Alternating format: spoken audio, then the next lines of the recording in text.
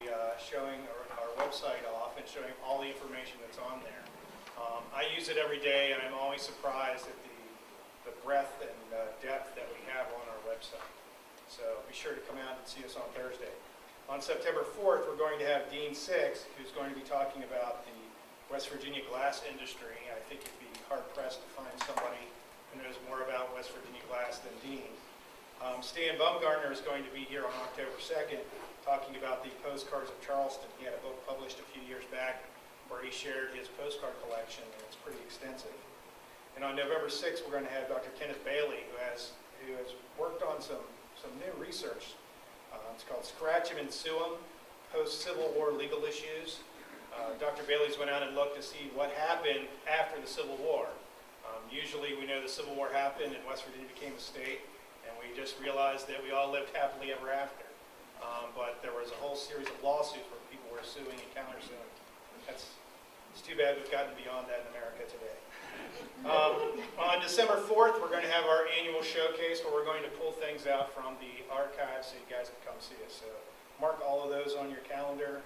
They'll also be on our e-blast list.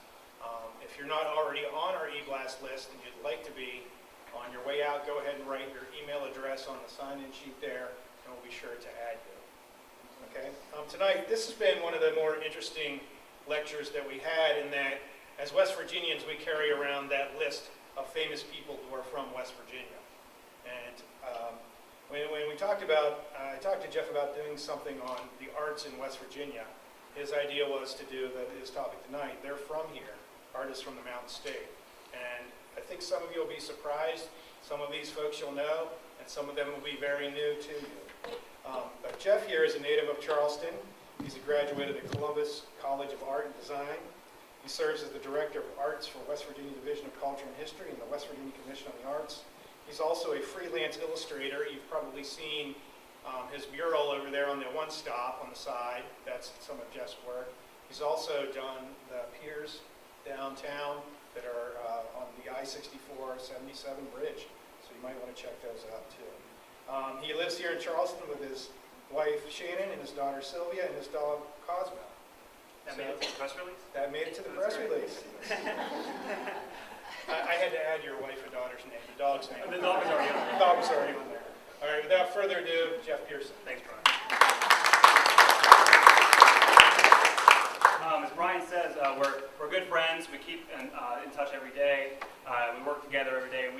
This presentation tonight will be very much like that. We're going to keep it very casual. If you know me, you know that I am very casual, and I fly by the seat of my pants, and that's what we're going to do tonight. Just before we begin, I'd like to acknowledge one of our commission members who's here. If you've never heard of the West Virginia Commission on the Arts, as Brian said, I'm the Director of Arts for the West Virginia Division of Culture and History and the West Virginia Commission on the Arts. Well, the Commission on the Arts funds a lot of the projects that happen in West Virginia and the arts that happen in West Virginia and the artists. Without that commission, we wouldn't have the arts in West Virginia. And we have a member of that commission here tonight, John Strickland. Thanks for being here. We'll talk a little bit more about what we do as a commission later. We also have some things I want to talk to you about in terms of our publications and our outreach into the state. So when we thought about this lecture, I get this question a lot, and we find these people that are out there in the world that we release from West Virginia, and we wonder, they're from West Virginia? You get this random people. Everybody has that story about an artist that's from here. And just before we begin, everybody has a sheet of paper close to them, a little white square. If you don't, maybe Brian can help you get one. What I'd like for you to do just before we begin is write down, and don't tell anybody, but write down the name of an artist that you know from West Virginia. And throughout the whole presentation, we're going to keep it to ourselves. And we'll do something at the end.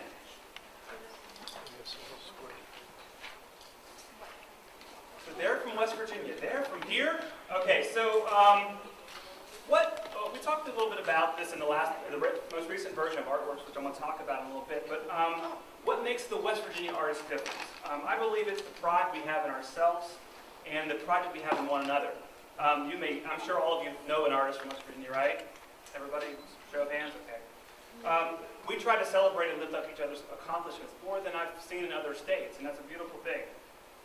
when we send someone out there, like Landau or Robert Hattie, if you're familiar with the show Face Off, we put this support system behind them that like no other being that's been put out there.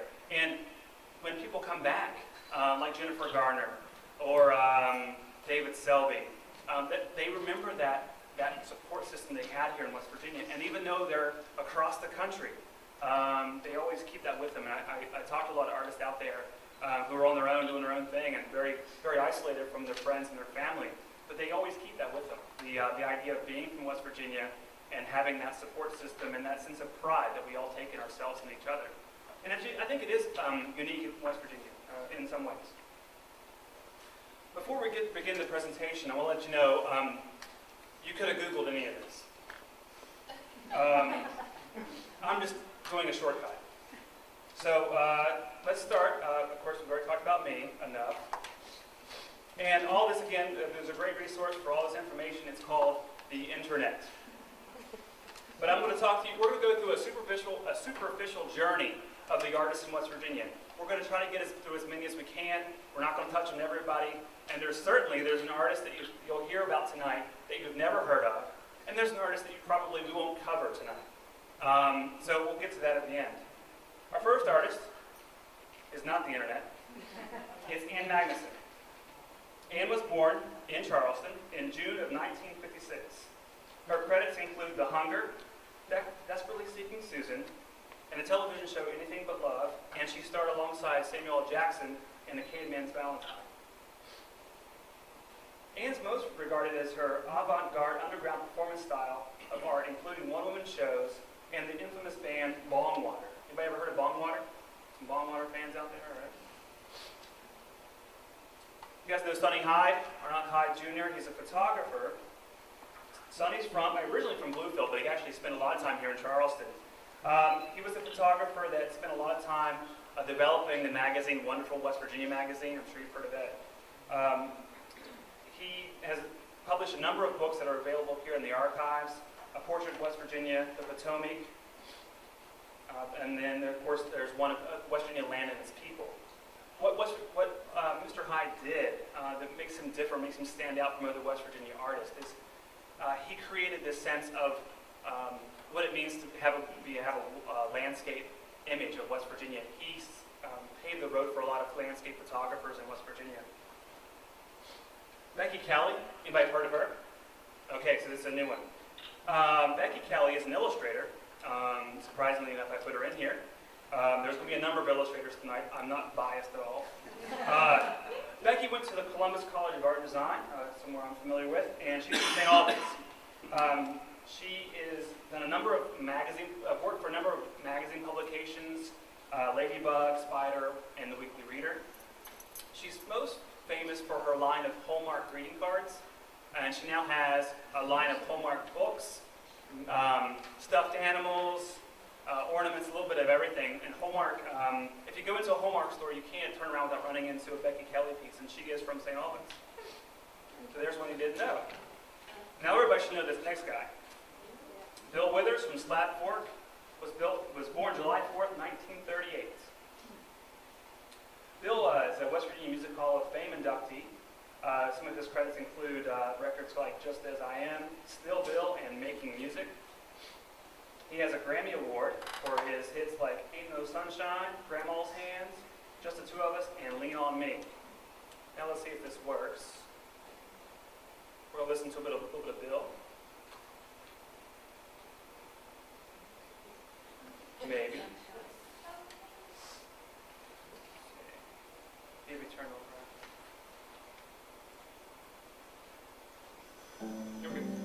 It just took you walking. Ain't no sunshine when she's gone. It's not warm when she's away. Ain't no sunshine when she's gone. She's always gone too long. Anytime she goes away, wonder this time where she's gone. Wonder if she's gone to stay. sunshine when she gone. And this house just ain't no home anytime she goes away.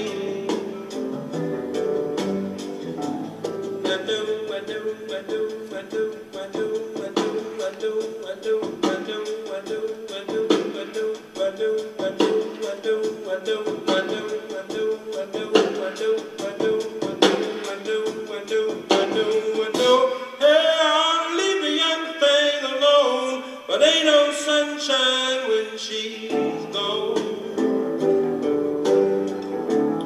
Ain't no sunshine when she's gone. Only darkness. There's Mr. Withers and his hit, Ain't No Sunshine. The next artist we're going to talk about is an artist from Maysville, West Virginia. This is Blanche Lazzell. Blanche was born on October 10th, 1878.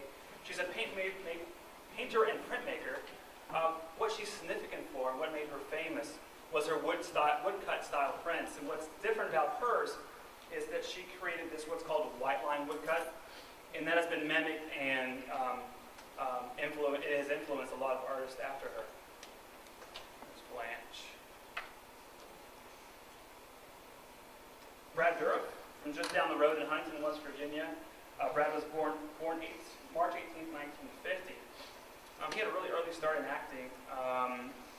One Flew Over the Cuckoo's Nest, remember him? He played Billy Bibbit in One Flew Over the Cuckoo's Nest. Also, he was the voice of Chucky in Child's Play. There he is. He's on the one on the right.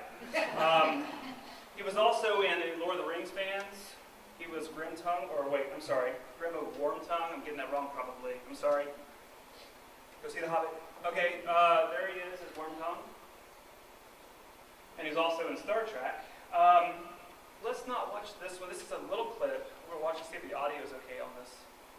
This is from One Flew Over the Cuckoo's Nest.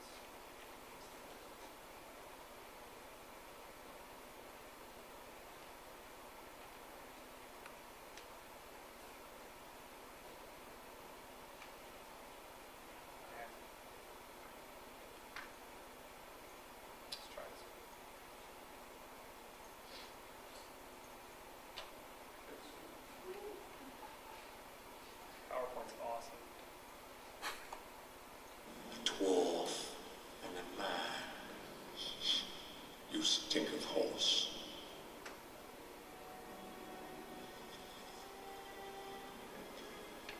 The man.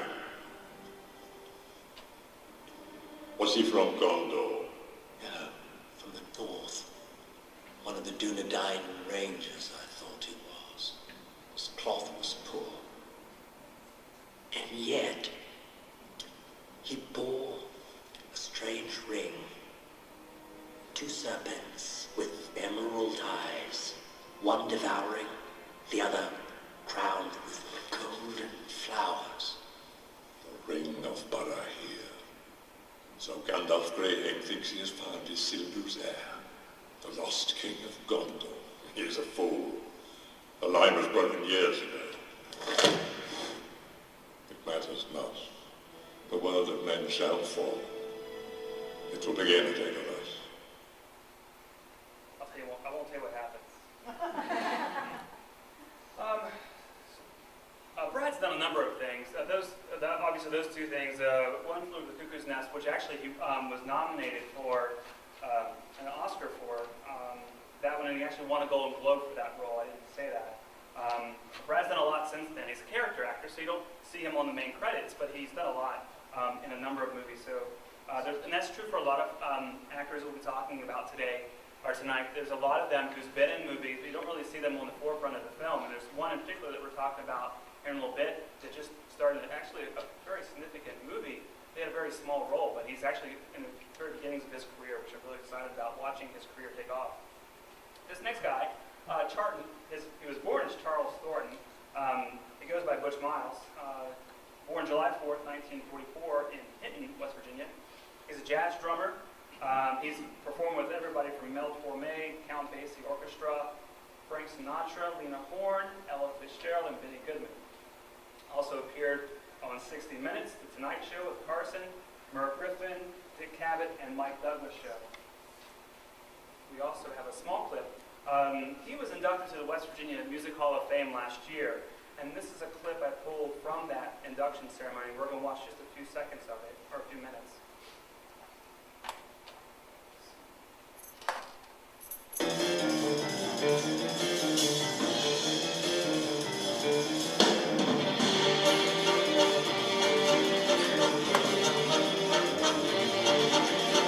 Through decades of playing with the biggest names in jazz and popular music, Butch Miles has earned the reputation as one of the country's most dynamic drummers for both his solid groove and his explosive solos.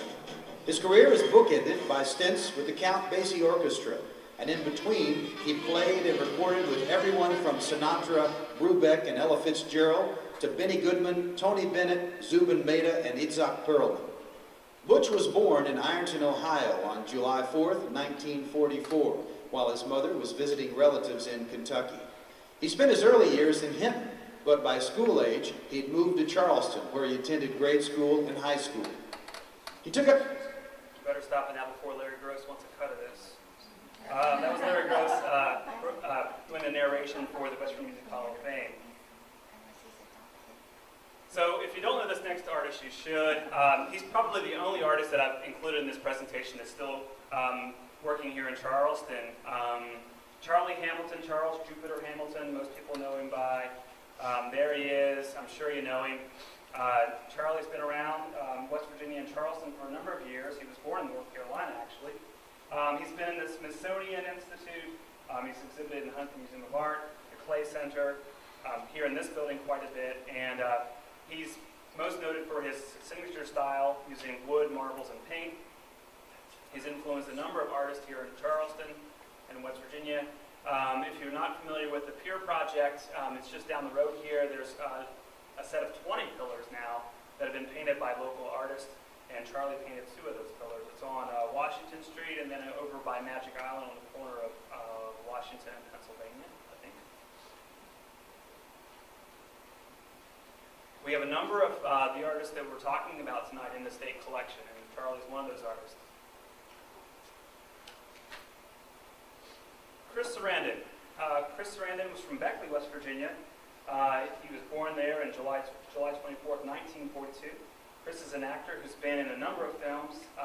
He had to start, his first big break was a movie called Dog Day Afternoon with Al Pacino, where he played Al Pacino's transsexual wife, which is an interesting career start. He was also in Child's Play with Brad Dourif. He was in Fright Night. Of course, everybody remembers him from Princess Bride. And Jerry Dandridge in Fright Night, there's Jerry Dandridge. Prince Humperdinck in Princess Bride. And Jack Skellington from Nightmare Before Christmas. Chris has since played in a lot of television shows, and he's also continues his career in the films. He was in a film last year with Jason Statham called Safe.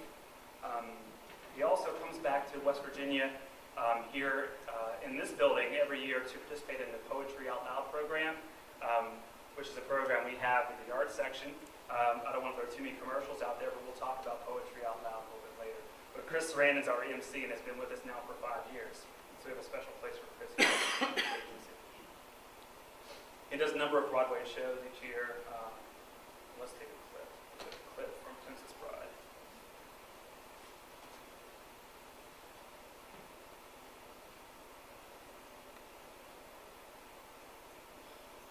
Are you coming down into the pit?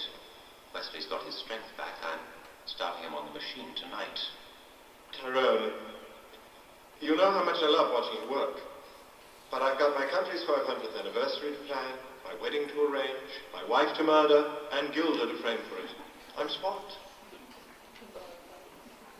Has anybody seen that movie, Princess Bride? Okay.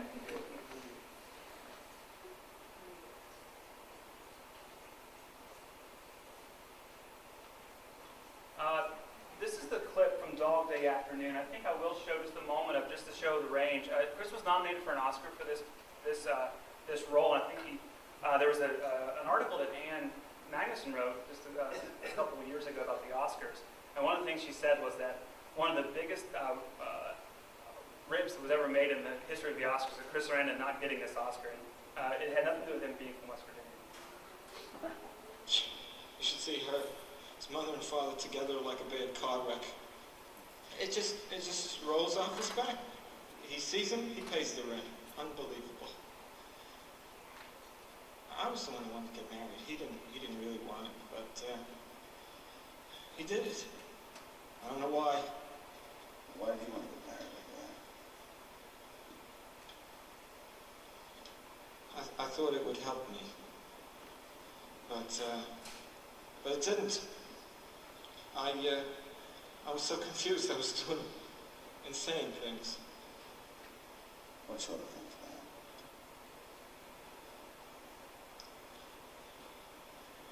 man? After the wedding, I ran off for 10 days to Atlantic City. Sonny was frantic. He knew I'd been drinking. He didn't know where I was, who I was with. Well, I couldn't explain the things I did. So I went to a psychiatrist who told me that I was a woman trapped in a man's body. Stop there. If you haven't seen that film, it's a great one. This is quite a transition. David Hunter Stother, also known as Port de Crown, from Martinsburg, West Virginia, was born September 26, 1816, and he died March 8, 1888. He was an illustrator and an author. He was published in Harper's Ferry. That's what he was documenting. He was published in Harper's Monthly, documenting Harper's Ferry and the Civil War and the trial of John Brown. This is kind of where the archives plays into a part. We have some prints of his work here, I think, Joe, don't we? Deborah? Do we have some of his work here? Originals? Not originals, copies maybe? Just one copy Okay. we have, and of course Harper. What was significant about him is he did cover John Brown's trial, and at that time, obviously, there wasn't a whole lot of people involved in the courtroom, and of course, not a lot of photographers.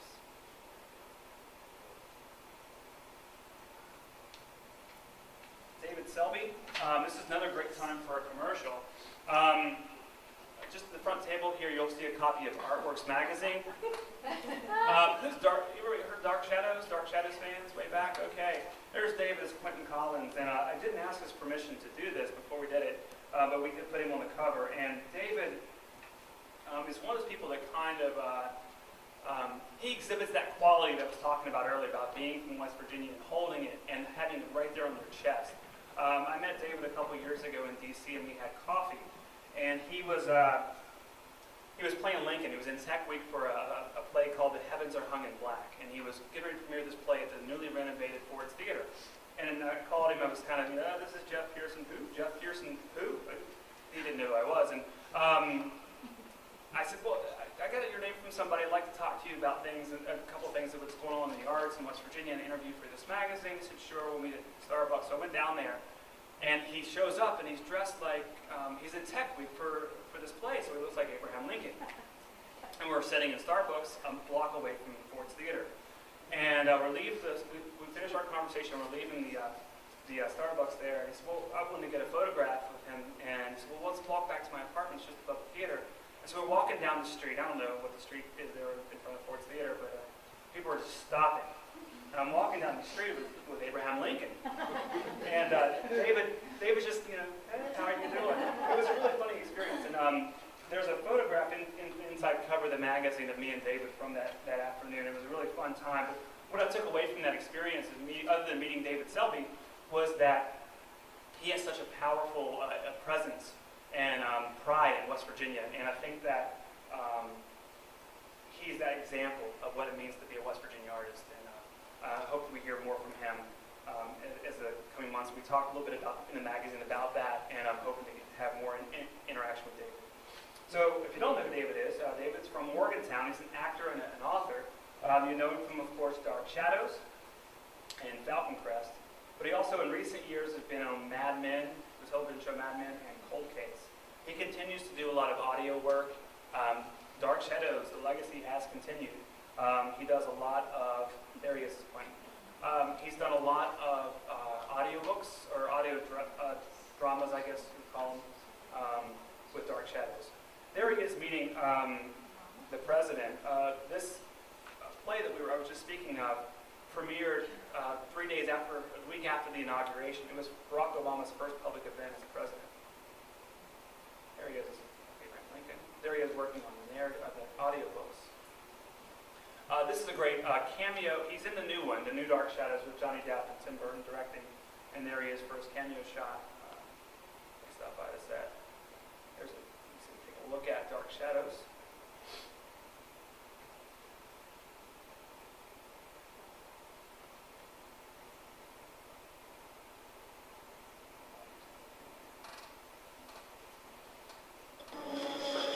Who's that?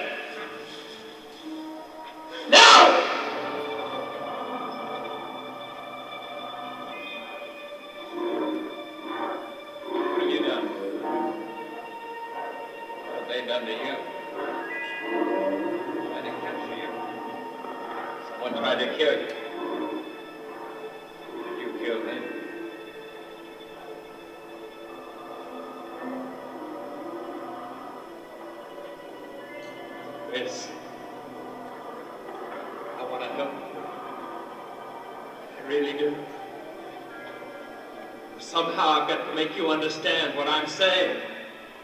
You must understand. What is it? Dark Shadows is now on DVD. You can find out what happened to Chris. A lot of these videos that we're showing tonight are available on YouTube. That's where we pull them all from. Dela Brown Taylor, she's a native of Charleston, West Virginia. She was born May 20th, 1922. And died December 13, 2005. She was a painter. She worked in fabric and ceramics as well. Her work was exhibited and is exhibited at Huntington Museum of Art, and she's worked outside of the country in West Africa. And the gallery at Washington State University is named after her, and a number of students have gone through and learned about her work. Denise Gardenia, born October 25th, 1951. Denise is from Bluefield, West Virginia. Her credits include Good King Harry, Fallon's Secrets, and she's also wrote some novels including Storming Heaven and The Unquiet Earth. What I really wanted to tell you was she ran for governor in 2000, and she's also just written a stage piece about Robert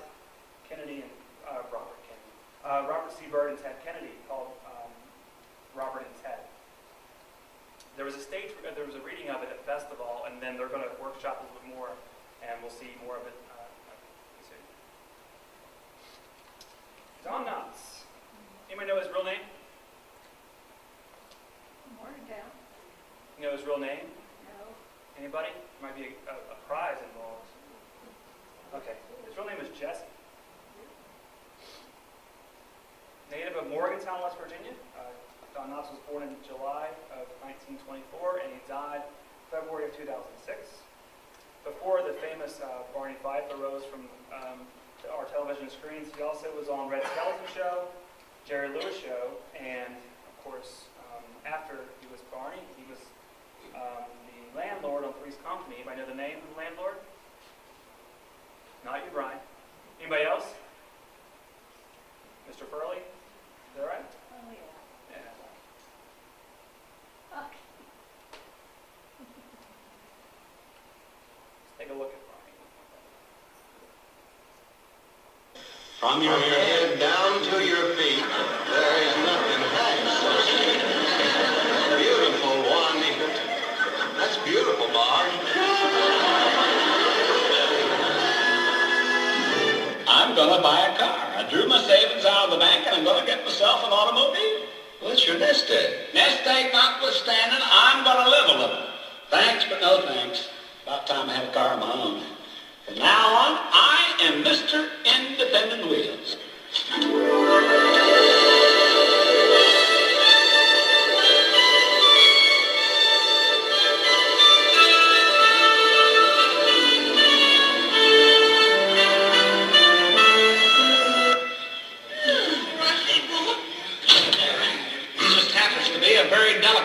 machinery that's been treated with kid gloves, and I intend to continue to give it that same kind of care. Oh, I admire you for that, Barney. That's just what I'd do. I smell gas, too. All right. You smell gas. Of course you smell gas. What do you think this car runs on, coal? Don't you take me out to Charleston sometime? Don Knotts, Andy Griffith, and all the rest of the cast, we've lost most of them. We have Ron Howard left. That's about it. The next artist, great, Martin Taylor, was a student and the cousin. I'm not sure, I didn't know this. She was the cousin of artist Blanche Lazzell, who we talked about earlier. She studied under Blanche Lazzell and Hans Hofmann. In addition to producing an immense body of paintings, prints, and collages, she also developed new abstract styles that have been replicated and influenced artists throughout the state. You can see the Blanche Lazzell influence here in this piece. She also helped develop the College of Fine Arts at Morris Harvey, which is now University of Charleston. And she was the founding member of the Allied Artists. Hazel Dickens. Hazel Dickens was born June 1st, 1935, and we just lost Hazel. She died April 22nd of this year. Was it this year or last year? It was this year. I just lost her. She was inducted to the West Virginia Music Hall of Fame. She was a folk singer and a bluegrass singer, and her songs were hard-hitting songs for hard-hit people. Some of her records was by that same title, Hard-Hitting Songs for Hard-Hit People, By the Sweat of My Brow, and A Few Old Memories, that was produced in 1987.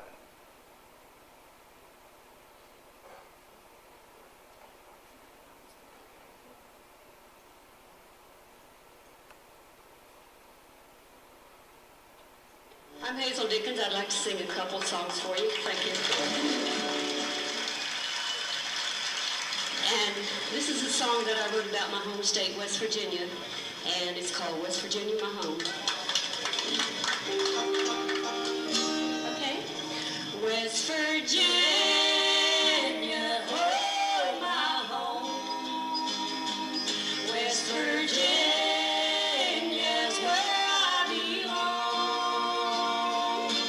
In the dead of the night, in the still and the quiet, I slip away like a bird in flight back to those hills, the place that I called home. It's been years now since I left there, and this city life's about got the best of me. I can't remember why I left so free, what I wanted to do, what I wanted to see, but I can sure remember where I come from. Hazel Dickens. I encourage you and all these artists to kind of do, like I said, we're doing kind of a superficial run of all these artists from West Virginia. I encourage you to come back and do more research here in our archives, so for some of the visual artists that are online, and check out some more history. Next artist we're talking about tonight is Henry Louis Gates. He was born September 16th, 1950. Anybody know where Henry Louis Gates is from? Piedmont. Close. Up in the east. Kaiser, West Virginia. Some of his credits include books called by the name of Figures in Black, Collared People, and The Faces of America. He was an American literary critic, educator, scholar, writer, editor, and public intellectual. He was the first African American to receive the Andrew W. Mellon Foundation Fellowship, and has received numerous honorary degrees. There he is with Stephen Corbett. Just kidding. Homer Hickam. February 19th, 1943. Many of you know Homer's book, The Rocket Boys. He's also a Vietnam veteran and an engineer, retired from NASA. There he is.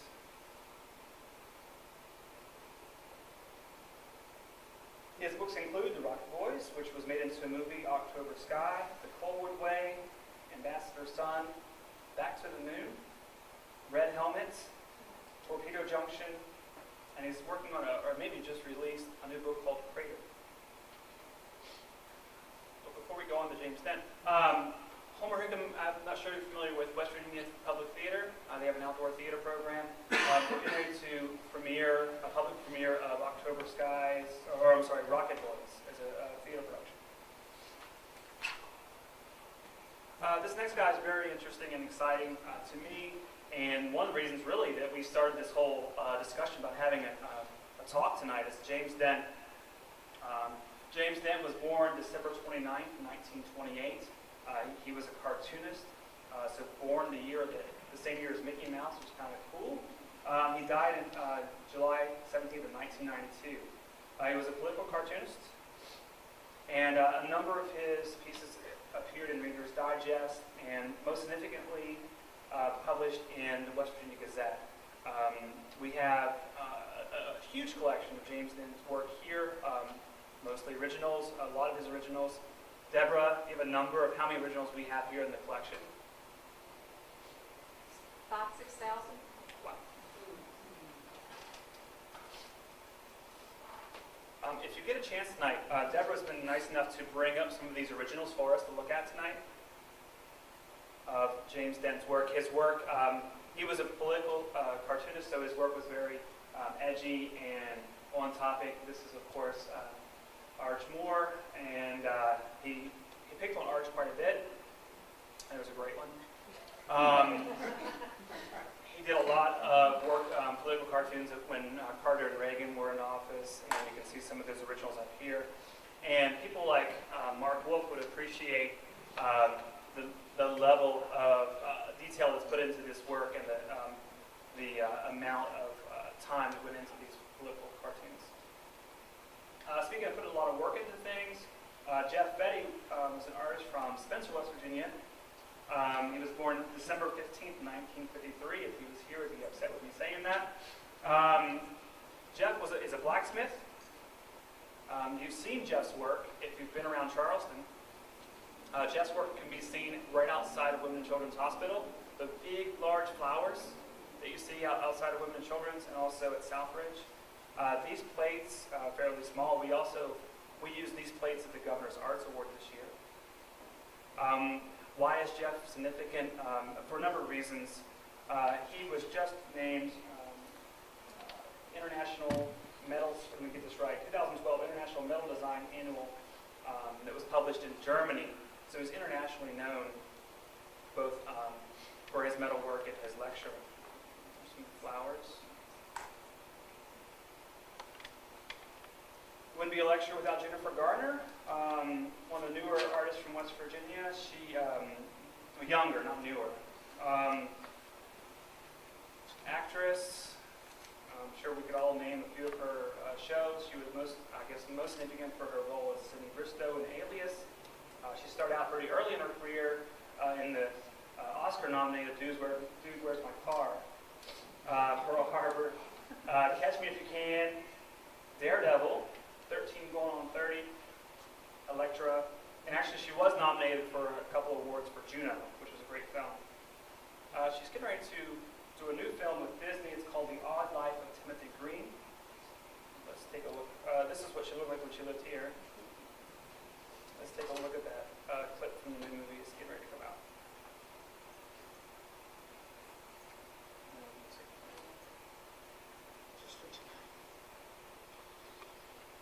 Can we have a kid?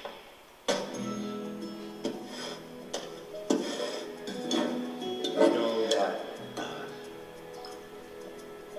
the kind of kid that you always believe. I'm honest. You want a truth teller? Yeah, I do. I want one like But that. our kid can't be perfect. I want one of those. Okay, how about this? Honest to a fault. Yes. How great an athlete are you picturing? You were terrible at soccer. It's not true. Not true. I was a big klutz. All right, how about this? How about this? Just once, our kid, amazing kid, got to score the winning goal.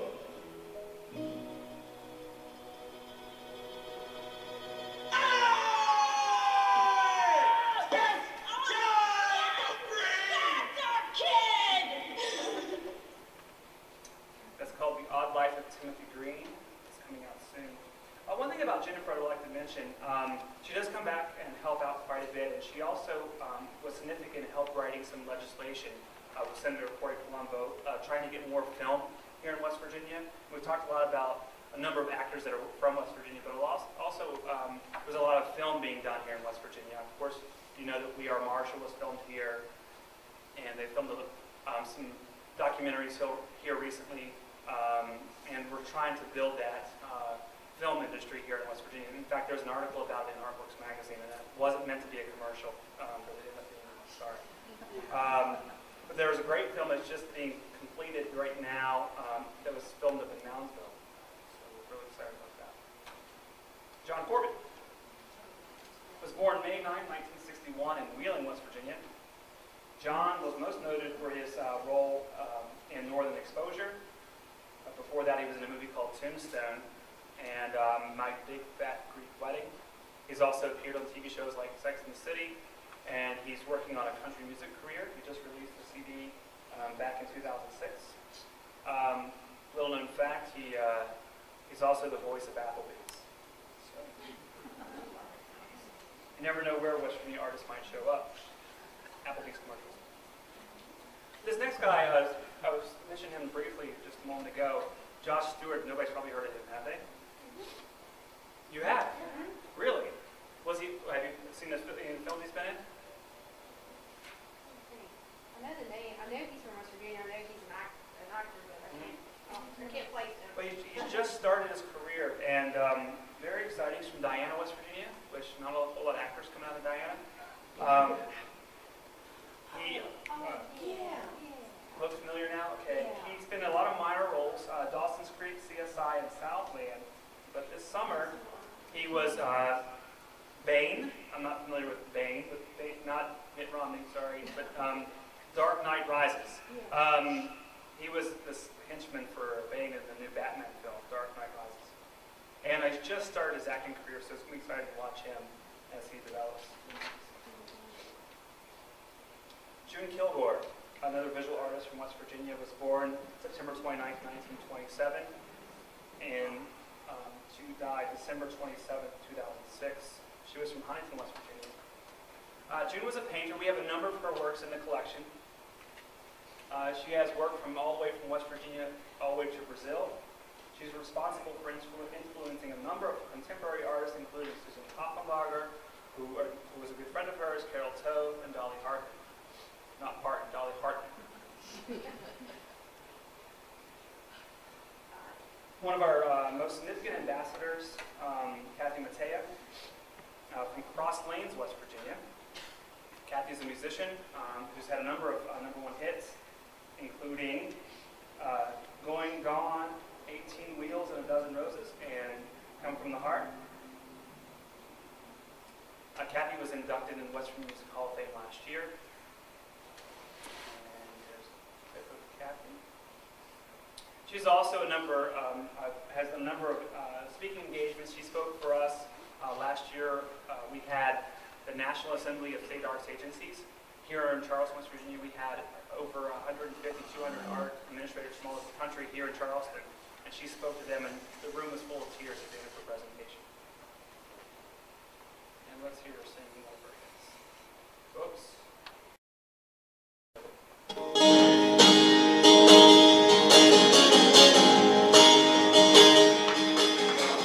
Charlie's got a gold watch. Don't seem like a whole lot. After 30 years of driving up and down the interstate. Yeah, but Charlie's had a good life. And Charlie's got a good wife. And after tonight, she'll no longer be counting the days. 18 wheels and a dozen roses. 10 more miles on this 4-day run. A few more songs from the all-night radio. When he'll spend the rest of his life, the one that he loved.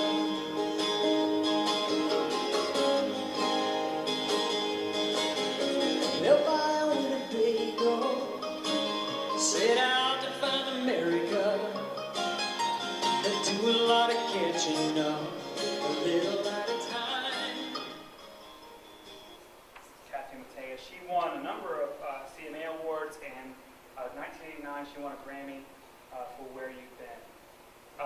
In a conversation with Kathy last year at NASA, she talks about West Virginia artists and their heritage, and she refers a lot to Hazel Dickens. So you can see the legacy that artists leave here in West Virginia and the impact it has on other artists. Shin Kind Ham is native of Seth, West Virginia. She's an interior designer who studied interior design at University of Charleston. Her credits, she's just getting started on getting her name out there, but she has really jumped on the scene quite quickly. She has a number of shows that she's starred on HGTV. She's an interior designer on that show, or on a number of those shows, and she's been on the Rachel Ray show. And she's getting ready to start her own show called Super Saver Showdown. And it's on HGTV.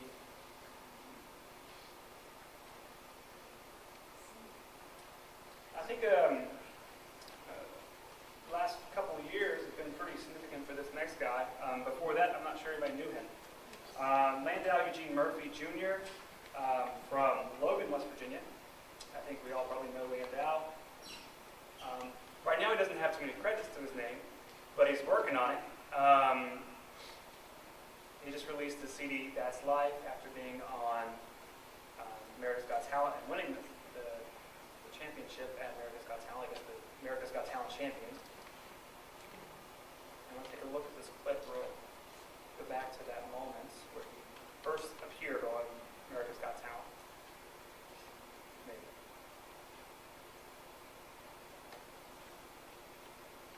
Pause just for a second. Landau, are you chewing gum? Yes, I am. Well, I wouldn't do that when you're performing in this show, seriously.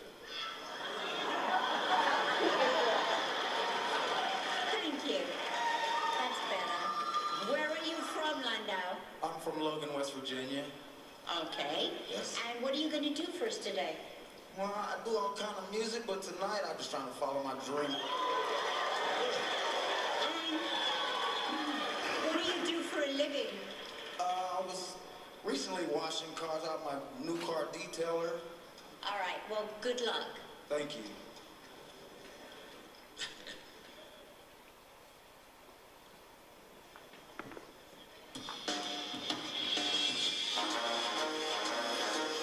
I would sacrifice anything, come what might, for the sake of having you near, in spite of the warning voice that comes in the night and repeats how it yells in my ear.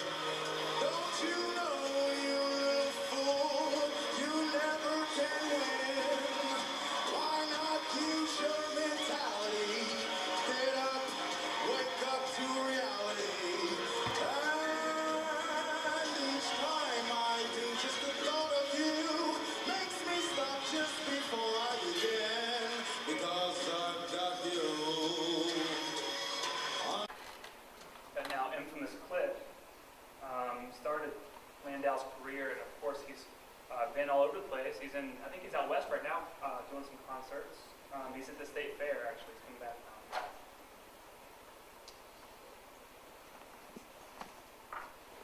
Larry Gross, we talked about Larry just a little bit ago. Larry was born April 22nd, 1948. He's not originally from West Virginia, but he's been here a long time. He's from Charleston. Lives in Charleston. You know Larry from Mountain State. Before that, he, and what continues to be, a singer-songwriter. His albums include Peace and Joy and Power and The Wheat Lies Love. He's performed on 9 Disney albums, 6 of which were certified gold and 2 platinum. His first Disney recording, Winnie the Pooh for President, was nominated for a Grammy in the category of Best Recording for Children. In 1976, he released Junk Food Junkie, became a top 10 hit. Take a look at that, or take a listen. This was Junk Food Junkie. You know I love that organic cooking. I always ask for more. And they call me Mr. Natural, on down to the health food store. I only eat good sea salts, quite sure don't touch my lips. And my friends are always begging me to take them on macrobiotic trips. Yes, they are. But at night I take out my strong box that I keep under lock and key.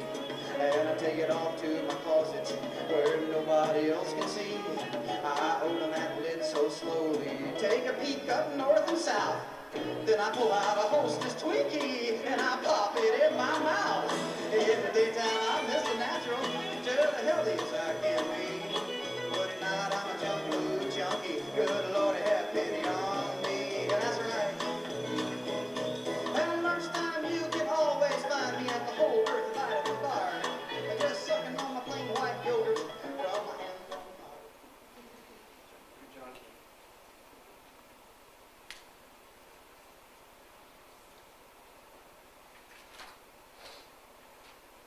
Lawrence Kasdan is our next artist. Lawrence is a film producer and writer. He's responsible for writing a majority of films produced by George Lucas and Steven Spielberg. So we do have, there was a West Virginia connection to Raiders of the Lost Ark and the Star Wars series, which is a really cool thing. He's also produced a number of films on his own.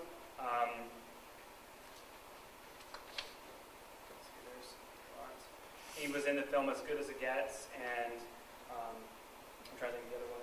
Just lost track. Talk more about Lawrence later. This next artist is an illustrator who I actually, by doing this lecture, discovered. I didn't know who he was beforehand. It's really remarkable the amount of work that he's done.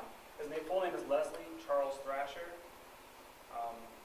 He's from Piedmont, West Virginia. He was born in 1889. He died in 1936.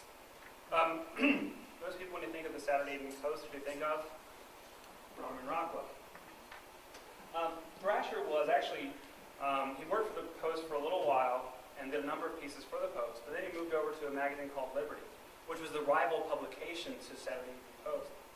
So actually, in a sense, he was Rockwell's rival, because he would, every week, week after week, he would produce illustrations that would be on the cover of Liberty while Rockwell was doing Post.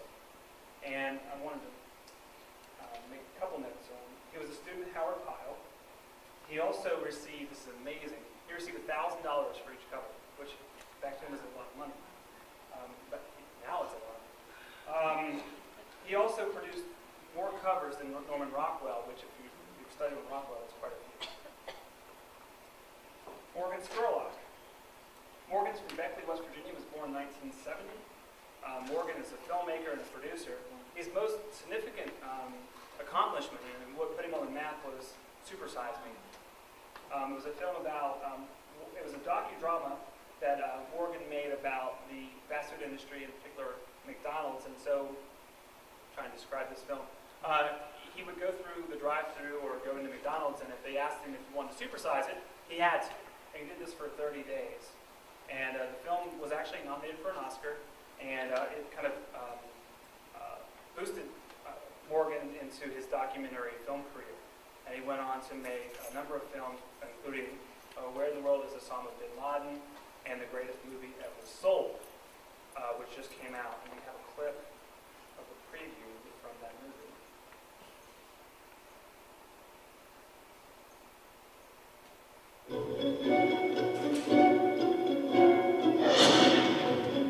So what I want to do is make a film all about product placement, marketing, and advertising, where the entire film is funded by product placement, marketing, and advertising. The goal of this whole film is transparency. You're going to see the whole thing take place from beginning to end. Morgan is an idiot. He thinks all of Americans are idiots, and all the people who sponsored this film are idiots. So ultimately what we want to try and do is create what is the Iron Man of documentaries. Everything from top to bottom is branded from beginning to end. First time ever, documentary with collector cups. You're going to be on that like a wet t-shirt. Is there a plot? This is the movie right now. I think the thing to do is go get a client. Can we please get mane and tail to be the sponsor? What are the words that you would use to describe man? Man is blank. Reese. Nat was born March 4th, 1924, and like I said just a moment ago, he died June 8, 2012. Nat's from Salem, West Virginia. He's an award winner of the Vandalia Award and he's also been inducted into the West Virginia Music Hall of Fame. He is the West Virginia blues man. He has influenced a number of musicians in West Virginia, and when it comes to the blues in West Virginia, there's no one other than Reese. Oops.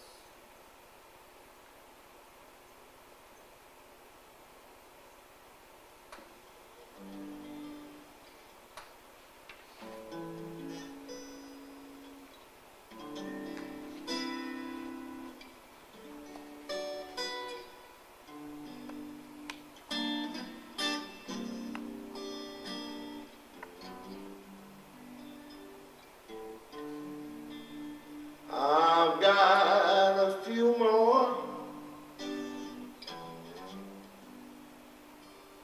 tears to share. I've got a few more burdens to bear. I've got a few more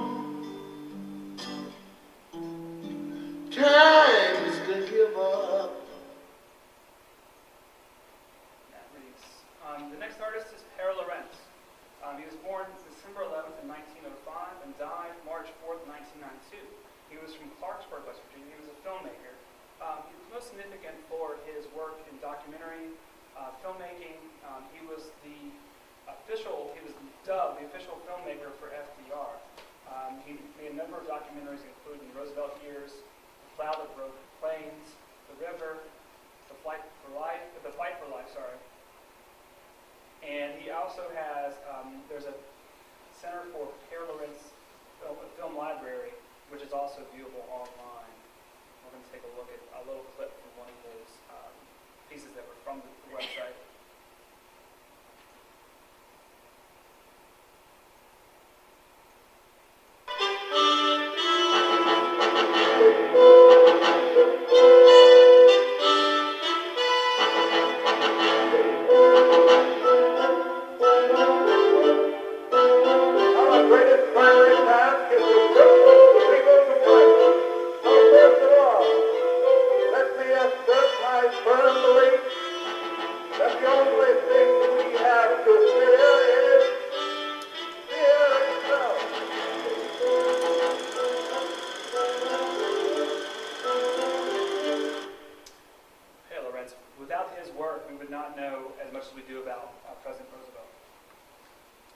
The next artist, actor, is from Parkersburg, West Virginia, and let's see. His name's Paul Dooley. Paul was born in February of 1928, and he's an actor who also started out doing cartoons and comic strips. You can see that when you see his characters on screen, you can see that he has a very animated background, and he also is a writer. He wrote for the television show The Electric Company. And these days he works does a lot of voice acting. He was in the film Cars by Pixar and Disney.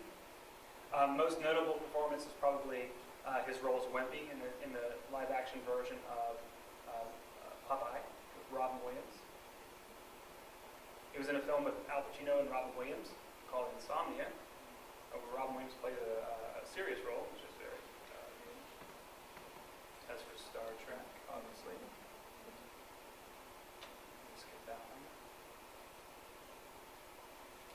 Remember Sam Trammell? Yes. Okay, yes. Sam's from Charleston, West Virginia. Was born in 1927. He was born in 1974. He's an actor. He was in Aliens and Predator, Autumn in New York, Judging Amy. But what he's most noted for is his role as Sam Merlot in True Blood. The show has reached critical acclaim, and his mother, Betsy, is also an artist. She's a visual artist. You know Betsy, she's a great woman. Sam's another one that's come back quite a bit and helped out with the West Virginia Library Commission and the Department of Education.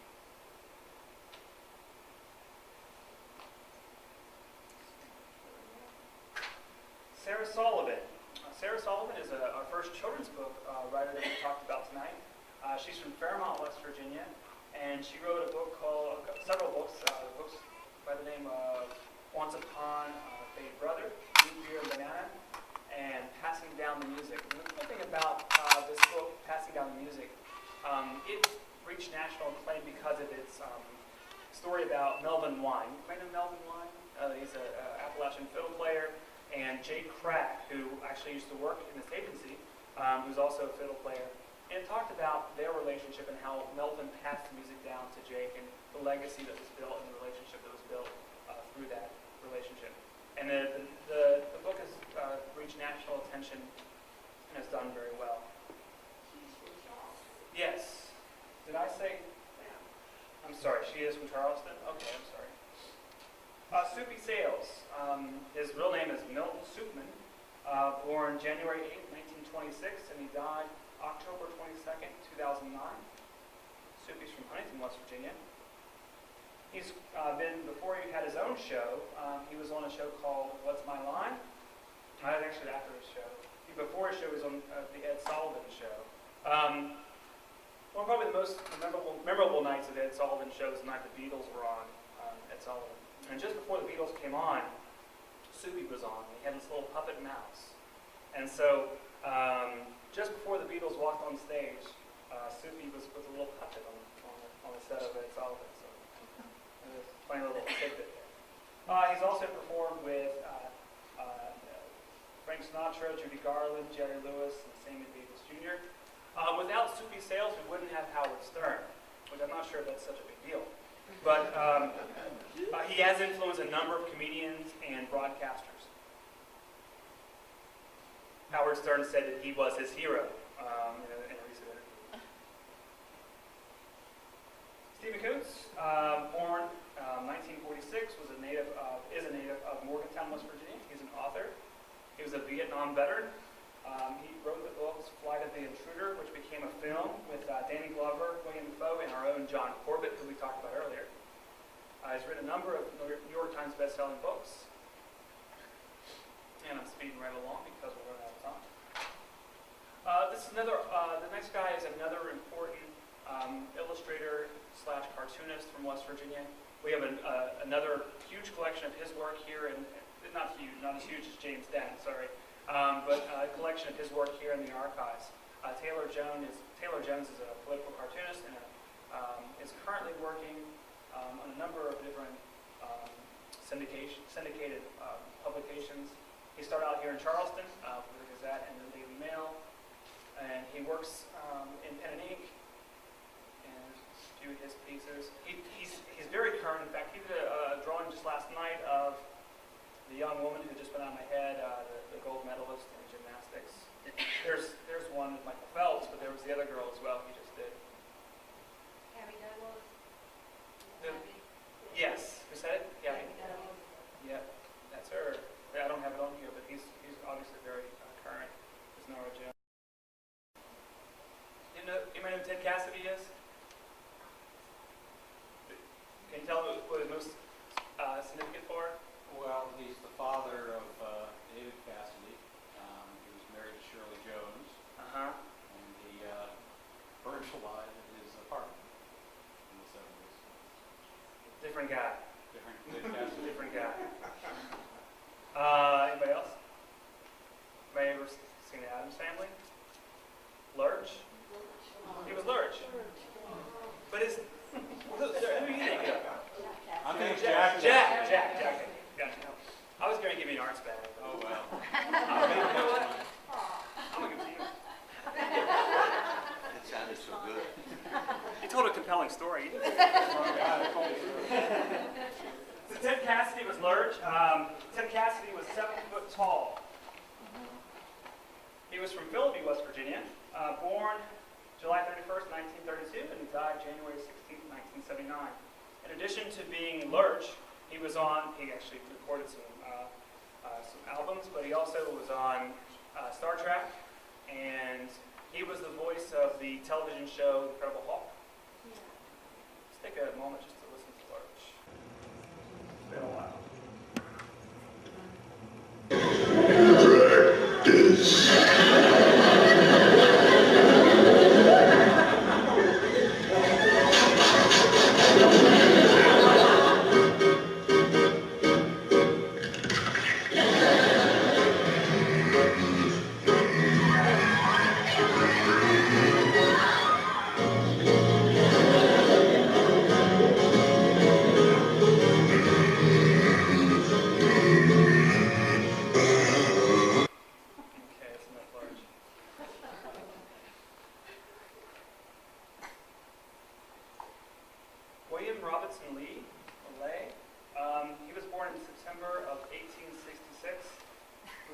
Lawrenceburg, West Virginia. That's a good shot of him.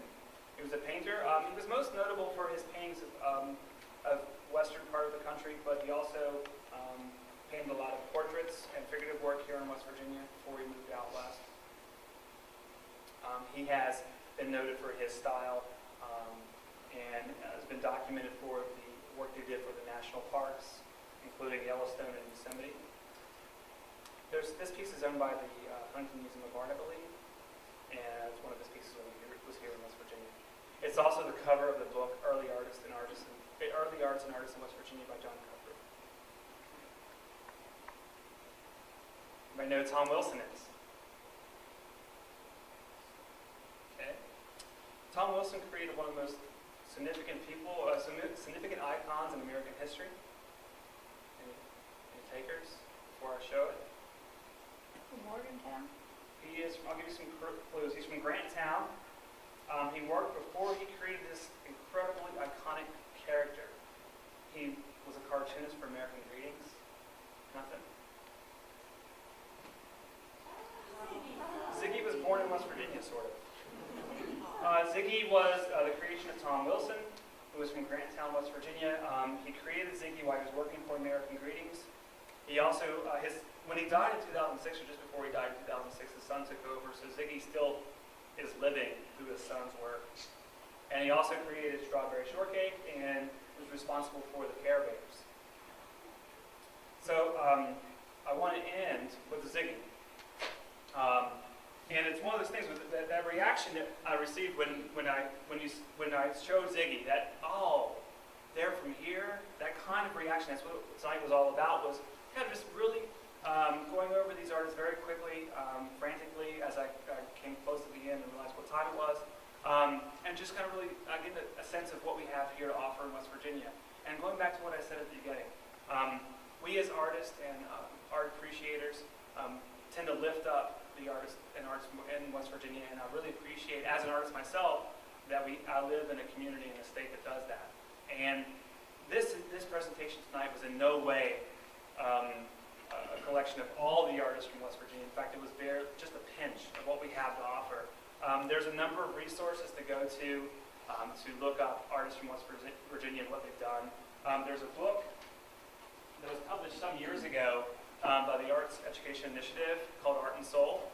It's a good collection of some of the artists in West Virginia and their testimonies of what it means to be from West Virginia. It's a little more extensive in terms of the number of artists that I've selected tonight. But it was really hard for me to select who I wanted to choose to focus on tonight and still not leave anybody out. But of course, Brett Hazley, I'll get a letter from him tomorrow, I'm sure. So I really want to thank you for coming and enjoying, or joining me, not enjoying, joining me for this a couple hours it's been almost, and I appreciate it. And I would entertain any questions or comments. Let's give a round of applause. Before we go, I'd like to give away stuff. Is that possible? Okay. Let's take out those little white sheets of paper. Does anybody have anybody I didn't cover? Right here, over here? Peter Marshall. Peter Marshall, he was the game show host. Can you name the game show, a couple of game shows? Hollywood Squares. There you go. I want to go take that too, but Wasn't he here recently, Brian? He stopped by the agency for something. okay. Pearl Buck. Pearl Buck, that's a good one. Pearl Buck's from where? No. Oh, well, never mind. Dennis. No, just kidding. He said Grafton. Grafton, yes. I just recently was there. Hillsborough. I just recently were driving down we have a program called VH1 Save the Music, where we put free music instruments into the hands of middle school students, and which the commission supports. And we were driving on one of our trips for VH1. We drove by her house and stopped by and saw it. It was really cool. Anybody else have somebody? We missed Yeah, go ahead. Conchata Farrell. Yes. She's from Charleston. Yeah, 2.5 Men. 2.5 Men, Edward Scissorhands, a couple other movies. Very good, yep. Artists include things like gymnasts, like our Mary Lou Retton. Mary Lou Retton, an athlete from West Virginia. And my mind goes back to Morgantown, where I was born, to include artists who did glass blowing. My neighbor, Steve Redvick, whose name is not a byword, but he did the glass blowing for what's in, was bought for the president's home. You guys know, that's a great comment, and do you guys know who Winslow Anderson is? Winslow Anderson was the designer of Blinko a number of years. Anybody else? Do you have anything of Henry Payne's? He was a cartoonist for the local papers, just as James Dent and Taylor Jones were, and he syndicated them. Payne? P-A-Y-N-E-N. Huh. Yes. Out of Detroit. I'll have to look him up. The guy that does, have you ever heard of the cartoon Too Close to Home? He was a nurse. Is that the one where he was a neurosurgeon and from Nitro? But I'll look him up. Something else. There's an artist whose last name is Ripper, who does the duck stamps. Oh, Chuck Ripper, yeah. You're gonna get a free T-shirt. That's got one. Okay. One of our Morgantown people also, Ron McCroby, did some musical promotion ads for things like Coca-Cola. I can't remember him now. He was The Puckalo, right? Here's your bag. Pat? George Crumb. You know what? Was it Joe? Is Joe Geiger still here? No. Joe gave me a hard time for not putting him in the presentation, so Joe's going to be glad you said that, and for that you'll get a Poetry Out Loud bag. There you go. I've got a couple more things.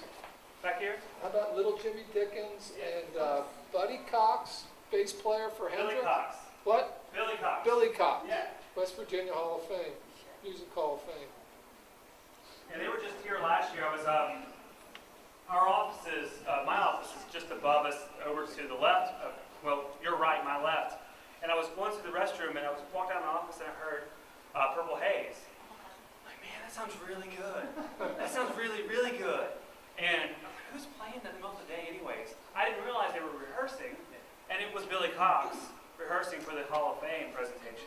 And that's one of the cool things about being in this building. You just never know what's going to happen. There you go. Thanks. Thank you. Again, I would really thank you guys for taking your time out of your Tuesday night to spend here in the archives and history library and listening to me babble about artists in West Virginia. Thank you so much.